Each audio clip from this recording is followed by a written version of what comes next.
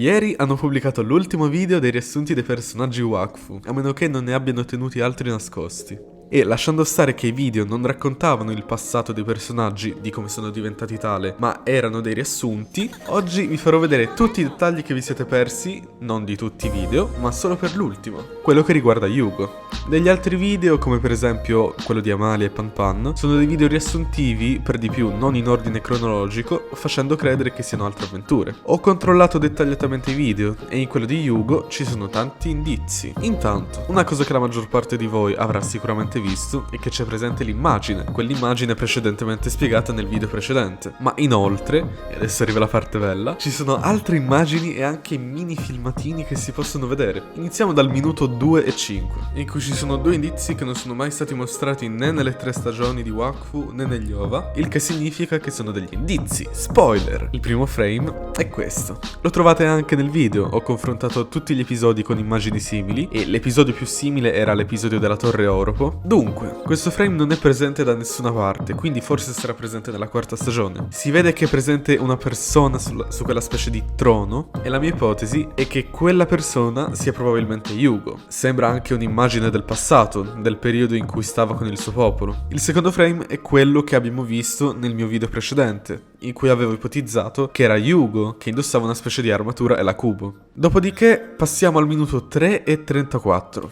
In cui, dopo dei frame della stagione 2 con le esplosioni e invasioni del popolo Elatrop, ci sono questi mini frame video in cui ci sta la persona di prima sulla specie di trono del primo frame che si è vista all'inizio. Continuando a guardare si vede quello che sembra uno Yugo più adulto che indossa penso l'armatura e la cubo ma in un'altra versione. Tipo le 2 versioni dei vestiti di Oropo. Si vedono altre esplosioni del suo popolo e poi si vede ancora lui che crea un portale per, penso, prendere qualcosa, dato che si vede che non sta attaccando nessuno. Questi mini frame di video li ho cercati in tutte le stagioni, perfino la 2 e le 3 dove raccontavano del passato di Yugo, quindi penso davvero che possono essere della 4ª stagione.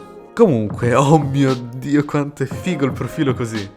Io avrei una mini teoria, in cui probabilmente nella 4ª stagione ci potrebbero essere degli episodi che spiegano all'inizio di come sia andata per il popolo Elatrop. Certo, si sa che è stato attaccato dai Meccabissi e che poi sono scappati al mondo dei 12, se non sbaglio, ma che poi un Meccabisso di nome Organax li aveva seguiti. Lunga storia. Penso potrebbe esserci un video che parla del passato. Potrebbe essere così. E se non è così, forse ci sarà qualche video che parla del passato di Oropo, in modo più dettagliato, dato che sembra essere anche un Oropo, ma in modo più giovanile. E se non è così, gente, spiegatemi com'è possibile che Yugo sia questa versione figa, perché le uniche spiegazioni sono che o è una versione passata di lui, o è un'altra versione di lui tipo Oropo, oppure è stato incastrato in una bolla temporale e quando ne è uscito gli effetti non si sono rimarginati. Bah, spiegatemi voi. Se avete delle teorie, commentate qui sotto, sarò felice di sapere il vostro parere. Detto questo, volevo dire che so riguardo alla 4ª stagione alcune cose. Mi sono informato di più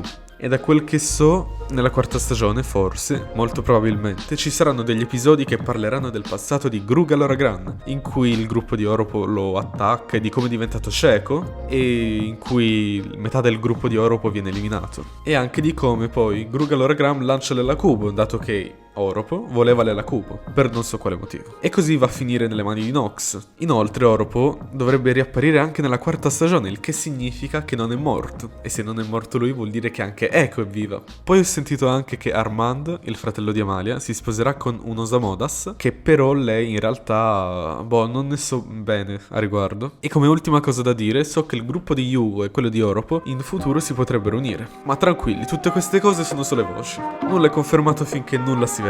Inoltre non dimenticatevi che tra 3 giorni ci sarà il Kickstarter e quindi iscrivetevi se non siete ancora iscritti, commentate se avete qualcosa da commentare, condividete per supportare e noi ci si vede alla prossima, ciao!